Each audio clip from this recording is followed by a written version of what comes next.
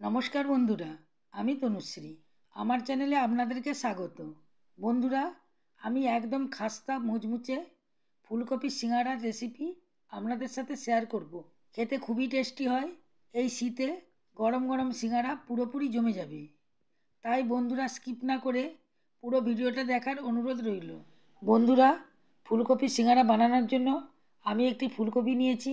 এটা সবটা লাগবে না, অর্ধেকটা ফুলকপি আমি কেটে নিয়েছি। সিঙ্গাড়া তৈরি করার জন্য এইরকম ছোটো করেই ফুলকপি কাটতে হবে। কাটার পর আমি ফুলকপিগুলোকে ভালোভাবে ধুয়ে নিয়েছি। বন্ধুরা, এবার আমি কিছুটা ময়দা নিয়েছি, দিয়ে দিচ্ছি কালো জিরা, পরিমাণ মতো নুন, আর দিয়ে দিচ্ছি সাদা তেল। তেলটা একটু বেশি পরিমাণে দিতে হবে, যেহেতু আমি সিঙ্গাড়া বানাচ্ছি। সব উপকরণগুলোকে ভালোভাবে মাখিয়ে নিচ্ছি। মাখানো হয়ে গেছে। যখন হাতের মধ্যে এইভাবে মুঠি করব আর ঝুরঝুর করে পড়ে যাবে, তখন জানবেন এটা মাখানো পারফেক্ট হয়েছে। এবার সামান্য পরিমাণে জল দিচ্ছি। জল দিয়ে এইভাবে মাখিয়ে নিচ্ছি। বেশি করে জল দিতে যাবেন না, তাহলে পাতলা হয়ে যাবে। দেখুন বন্ধুরা, ময়দাটাকে খুব সুন্দরভাবে মাখিয়ে নিয়েছি। এবার ঢাকা দিয়ে রেস্টে রেখে দিচ্ছি। বন্ধুরা, এবার আমি পুরটা তৈরি করে নেব। তার জন্য কিছুটা সরষের তেল দিয়ে দিচ্ছি। সরষের তেলে পুরটা তৈরি করলে খেতে খুবই টেস্টি হয়। এর মধ্যে বাদাম দিয়ে দিয়েছি। বাদামগুলোকে আমি তেলে ভেজে নিচ্ছি। ভাজা হয়ে গেছে। যে তেলটা বেশি হয়েছিল ওর মধ্যেই আমি ফুলকপিগুলো দিয়ে দিয়েছি। দিয়ে এটাকে নেড়ে চেড়ে নিয়েছি। এবার দিয়ে দিচ্ছি পরিমাণ মতো নুন। নুন দেওয়ার পর ফুলকপিগুলোকে আরও কয়েক মিনিট সময় ধরে ভেজে নিচ্ছি। ফুলকপিগুলোকে লাল লাল করে ভেজে নিয়েছি। আমি আর একটু সরষের তেল এখানে দিয়ে দিচ্ছি। তেলটা গরম হয়ে যেতে ফোড়নে দিয়ে দিচ্ছি গোটা জিরা, দিয়ে দিচ্ছি আলু। আলুগুলোকে চৌকো করে ছোট করে কেটেছিলাম, সেটা এখানে দিয়ে দিয়েছি। আর দিয়ে দিয়েছি পরিমাণ মতো নুন। আলুগুলোকে এবার নেড়ে চেড়ে ভালো করে ভেজে নিচ্ছি। ভাজা হয়ে গেছে। এরপর দিয়ে দিচ্ছি গ্রেট করে রাখা আদা, দিয়ে দিচ্ছি কাঁচা লঙ্কা কুচানো, সামান্য পরিমাণে লঙ্কা গুঁড়ো। এবার দিয়ে দিচ্ছি হলুদ গুঁড়ো, ধনিয়া গুঁড়ো, দিয়ে দিচ্ছি জিরে গুঁড়ো। আলুর সাথে মশলাগুলিকে ভালোভাবে নেড়ে চেড়ে ভেজে নিচ্ছি।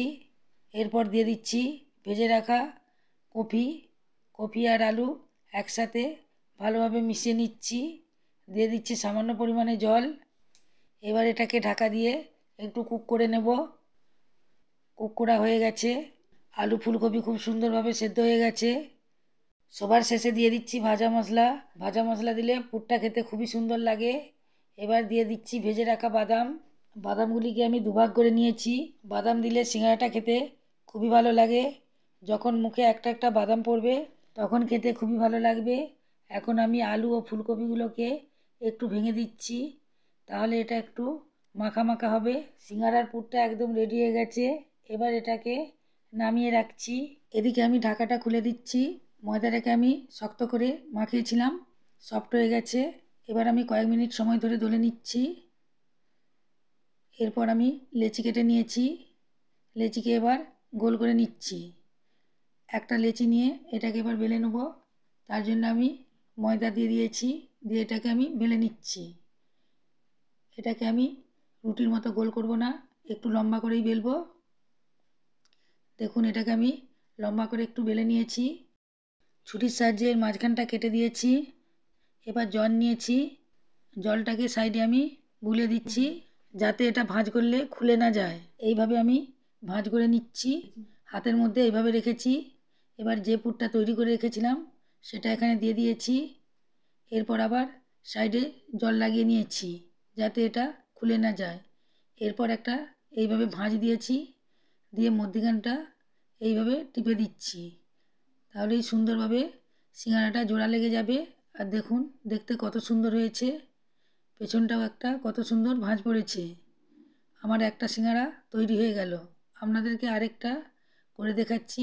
একইভাবে জল লাগিয়ে একটা ভাঁজ করে হাতের মধ্যে দিয়ে দিয়েছি।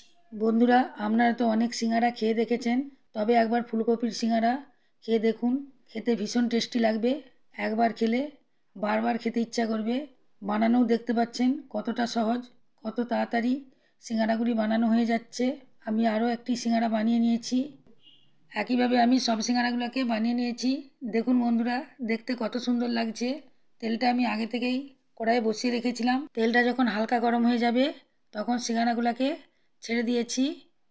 এরপর সাইড থেকে তেল সিঙ্গারার উপরে এইভাবে ছিটিয়ে দিচ্ছি। দেখুন সিঙ্গারাগুলো আপনা থেকেই ভেসে গেছে। এবারে এগুলাকে উল্টে দিচ্ছি। এইভাবেই উল্টে পাল্টেই ভেজে নিতে হবে। বন্ধুরা, সিঙ্গারা ভাজার সময় গ্যাসটাকে সবসময় মিডিয়াম ফ্লেমে রাখতে হবে, হাই ফ্লেমে করা যাবে না। মিডিয়াম আঁচে উল্টে পাল্টে ভাজলে সিঙ্গারাটা খুব খাস্তা ও মুচমুচে হবে। সিঙ্গারাগুলি ভাজা হয়ে গেছে। দেখুন খুব সুন্দর একটা কালার চলে এসেছে। এর থেকে বেশি ভাজবো না। এগুলিকে এবার উঠিয়ে নিয়েছি। দেখুন দেখতে কত সুন্দর লাগছে। আমি আরেকটা ব্যাচ ছেড়ে দিচ্ছি। বন্ধুরা, গ্যাসটাকে কিন্তু মিডিয়াম আঁচেই রাখতে হবে। এইভাবে আমি একটা একটা করে সব সিঙ্গারাগুলাই ছেড়ে দিয়েছি। একইভাবে আগের মতো করেই সিঙ্গারাগুলোকে মিডিয়াম আঁচে সুন্দর করে ভেজে নিয়েছি। দেখুন সিঙ্গারার কালারটাও খুব সুন্দর এসেছে। এবার এগুলাকে আমি উঠিয়ে একটা প্লেটের মধ্যে রেখে দিচ্ছি। বন্ধুরা, এই শীতে গরম গরম ফুলকপির সিঙ্গারা খেতে দারুণ লাগবে। বিকেলে চায়ের সাথে বা সসের সাথে এই খাস্তা মুচমুচে ফুলকপির সিঙ্গারা পুরোপুরি জমে যাবে।